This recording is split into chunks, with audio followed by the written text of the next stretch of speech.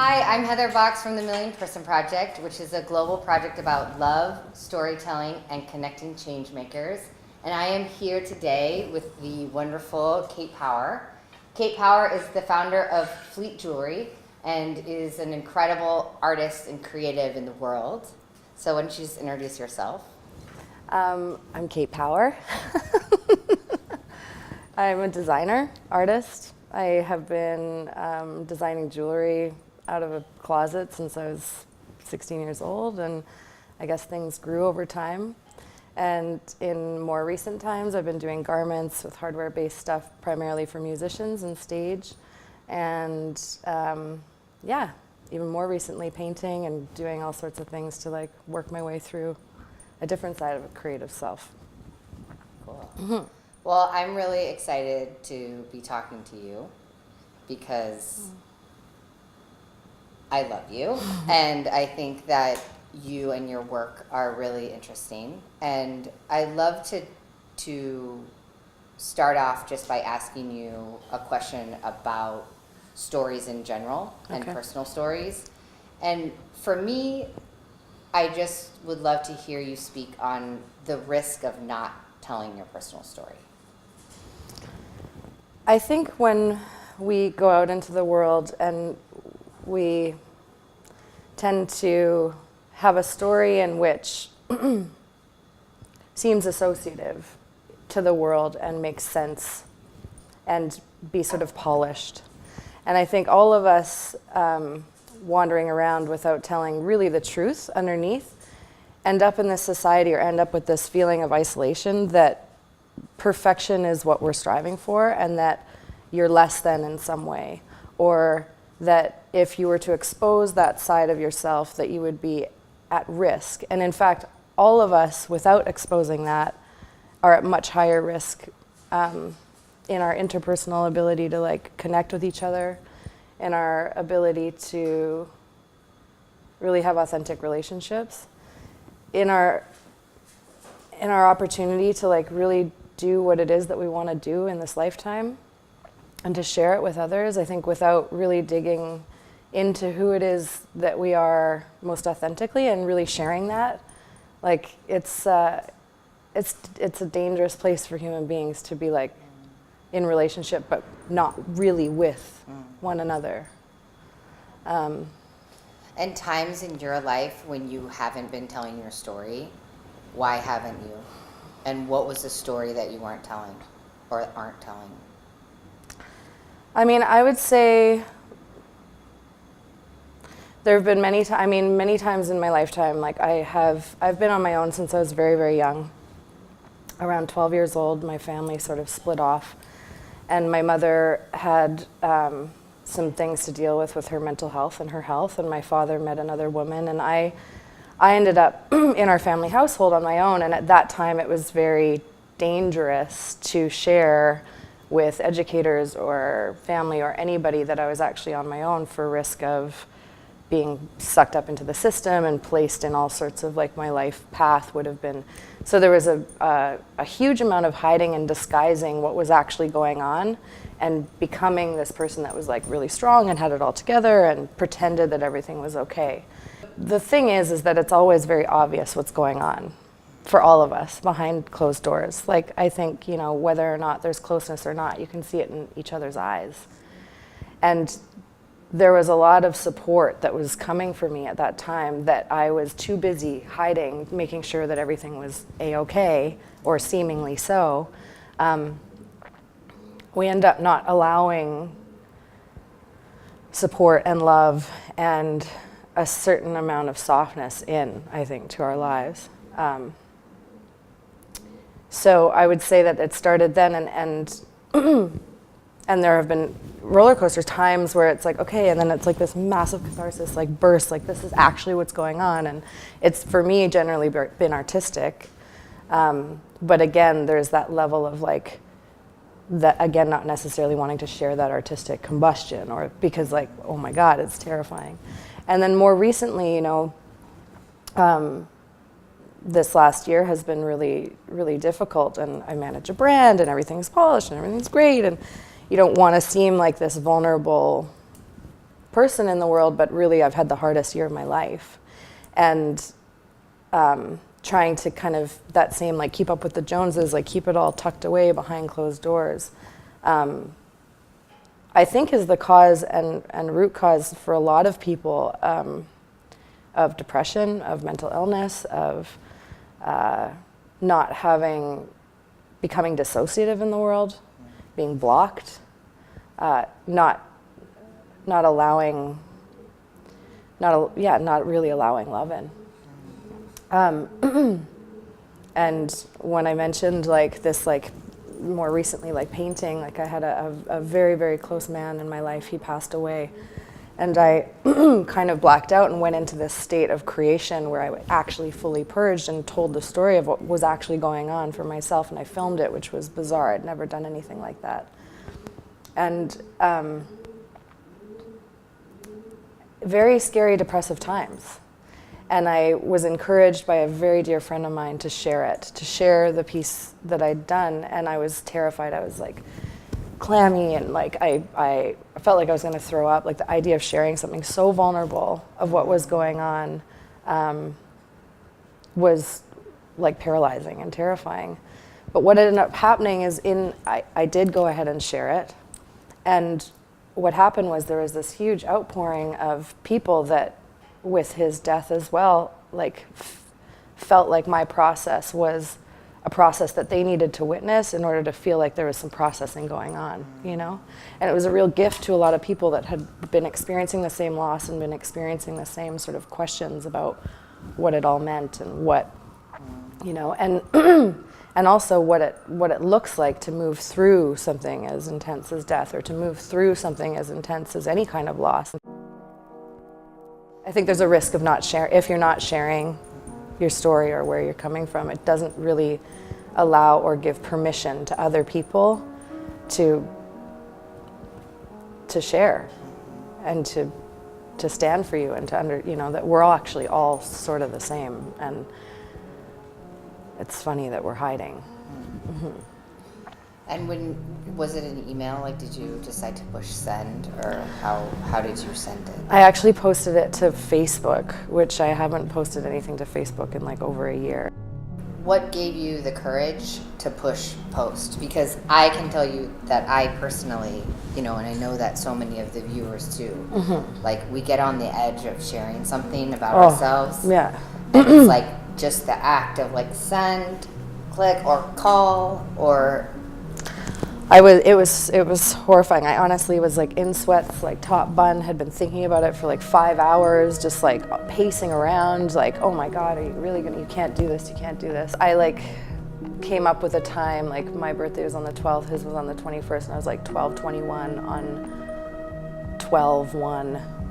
Like, you have to do it by 12/21, like that represents, like, just do it. And then when I hit send, I honestly went into like shock. I was like, oh my God. And then I like kept checking it, and I was like, I wanted to pull it down. But within a couple of hours, the kinds of responses I was getting was just like so powerful that, you know, and there was so much gratitude for other people being like, wow, like this is a process, like this is important for you to share. People don't know how to process this stuff. Like, thank you, thank you, thank you.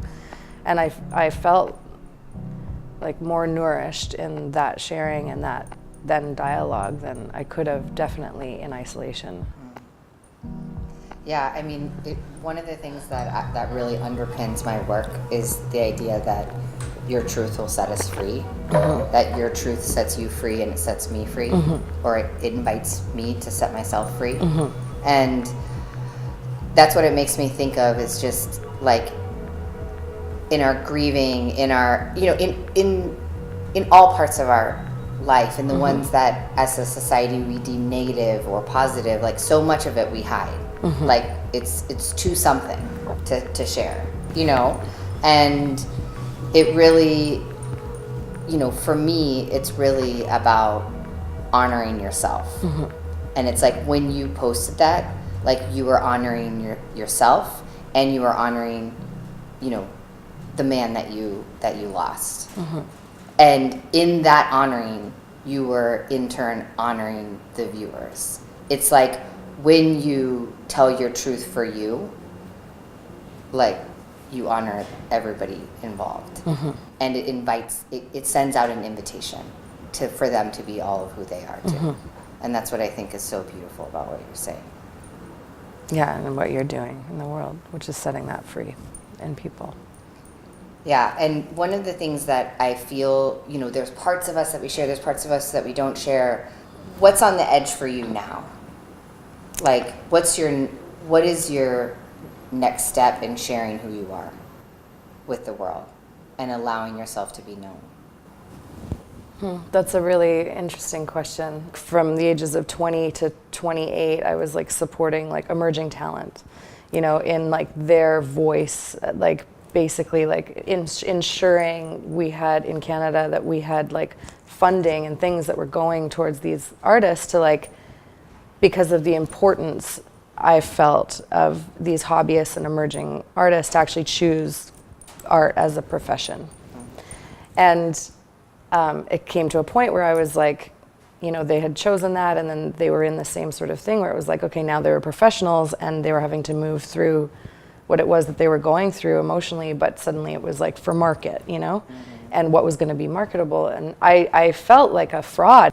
I've almost ignored many parts of like how I used to process emotional transition as a child, you know, things like dance, things like painting, things like eye contact with strangers in the street, things like, you know, drawing for the sake of drawing. You know, we accumulate our tools as children to move through things, and then as the years go on, you know, you don't make time for them in a certain way.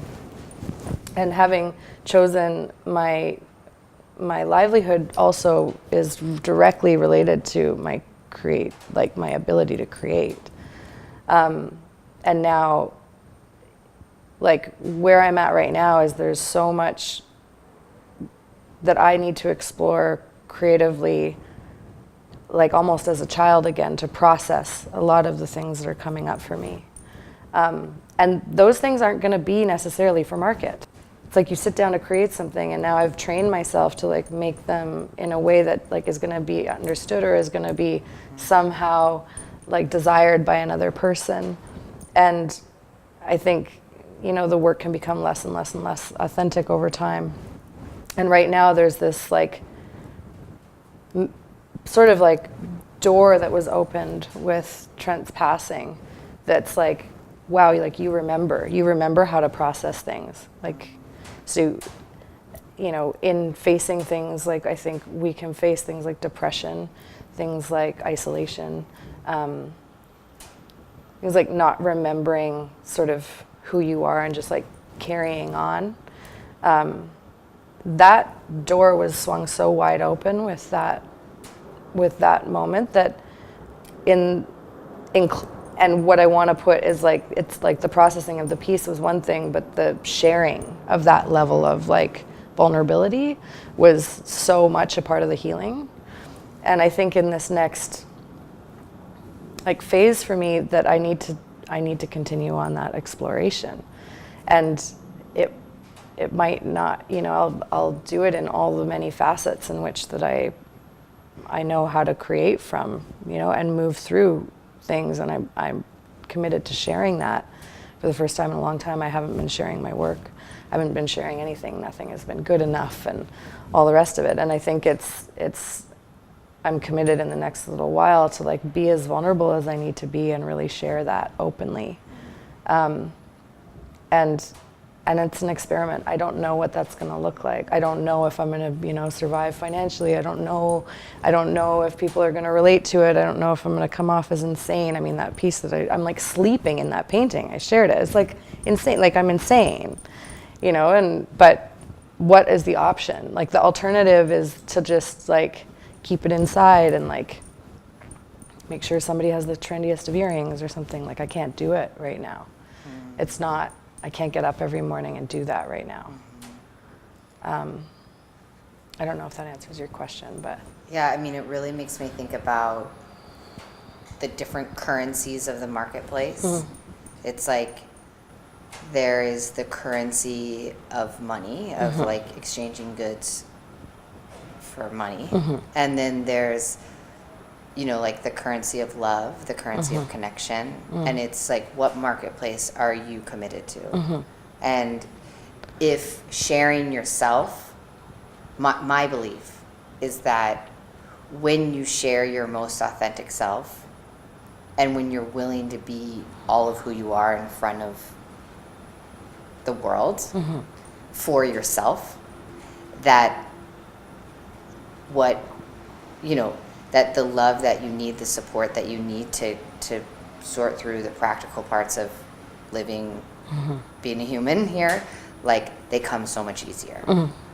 And so I just really encourage you to share your work, to share your process, to share who you are with us, because we are here to, like, you know, the viewers, me, like, we will receive you. And the right people will, and it's not everyone, it's not 100 for 100, you know? But if it's 3 out of 100 even, of people who resonate with you and what you're saying, that support can go, that can really, really take you to places to where you want to go. So if you were going to say, so what you know, knowing some about your story and hearing you mention you've been on your own since 12 and things like that, what, you know, been on your own since 12, like, didn't go to school, like, what role has that story played in your life? And when have you decided to share or not to share? And what's your relationship with it now? I mean, I think that I've been quite open about sharing that in a way, because in a way it's been the thing that has sort of given me cred, you know? Like, like this, like, strong, badass chick that, like, can do it herself, you know? And, you know, we're in New York City, it's like amongst some of the most, like, academically, like, you know, we're amongst this time where academics, and I mean, I haven't gone that route. I definitely have just, like, picked things up from the streets and, like, carried on, and had some amazing teachers along the way, and looked for mentorship and looked for support. And I think I share the story of, like, where I come from quite openly, as I said, because it's like there's a certain amount of credibility that, like, I've come off as this, like this, look what I've done, you know? And for sure there are times I don't necessarily share that story, you know? But I think, you know, the thing is that, like, there's an identity that comes along with that story that, you know, one of, like, being super strong, one of, like, having it all together on our own, one of, like, having to have control over everything all the time to ensure that, like, my own survival is covered, not letting people in a lot of ways, not being worthy of love and support. So not the thing, like, that I'm doing things wrong in a way because I've, like, had to, like, make them up as I go along, and not trusting that. And that identity is, you know, has in lots of ways gotten me to where I am today, both for the good and the bad. And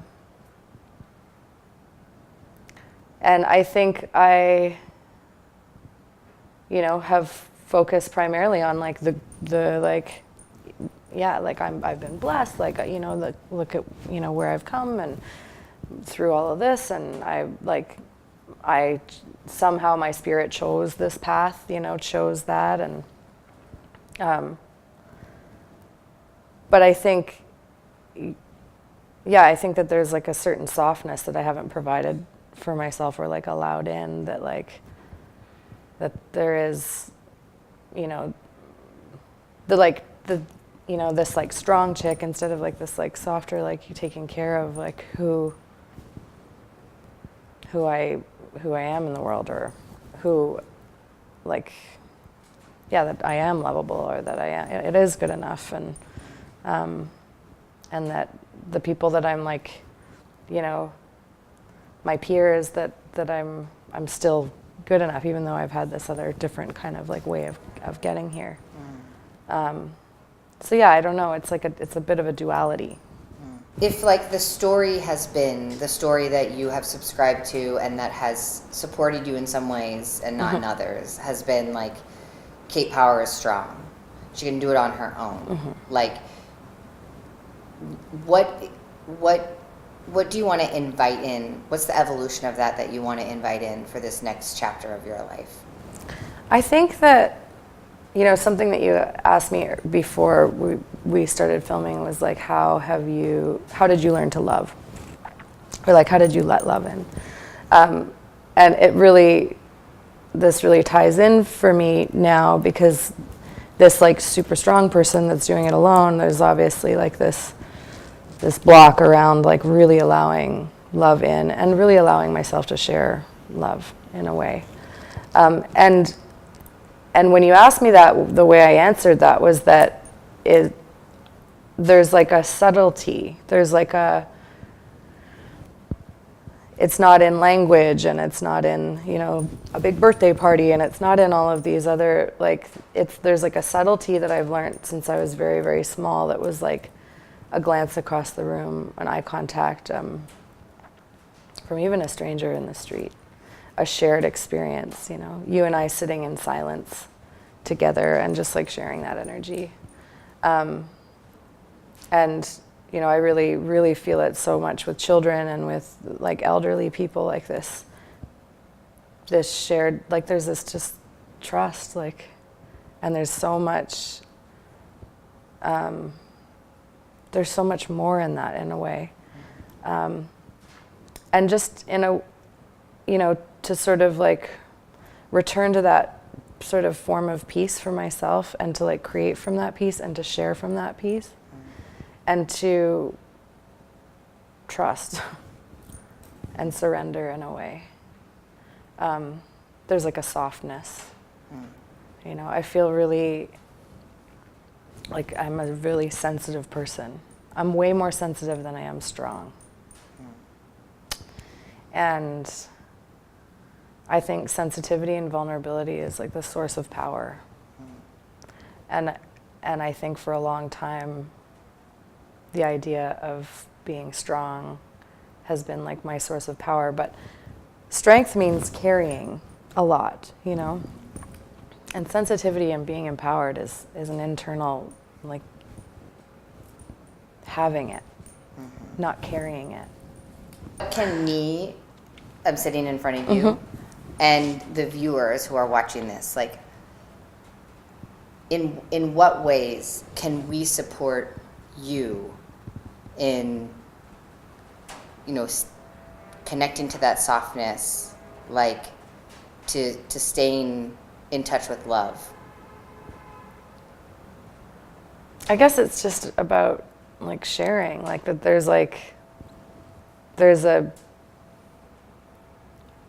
it's almost like I need like accountability and sharing like what I'm creating or what I'm up to from an authentic place, you know.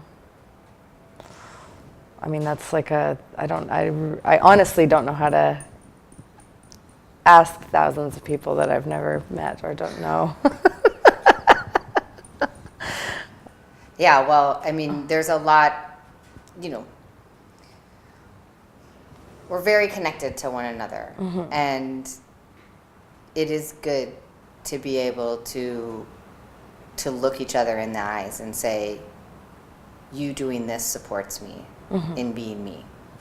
And so I believe that it's good to get good at answering that question. And just in closing for me, you being yourself and sitting here right now and answering the questions when I ask them to you, and I can tell that you're thinking about it and you're present and what you're saying is resonating with yourself, that supports me in being me. And you model what it's like to be present. And where can I find you? Like, where can I find your work? Fleetjewelry.com, but that's not really more of my personal work. But I have a website that I haven't put anything on yet called Kate Power.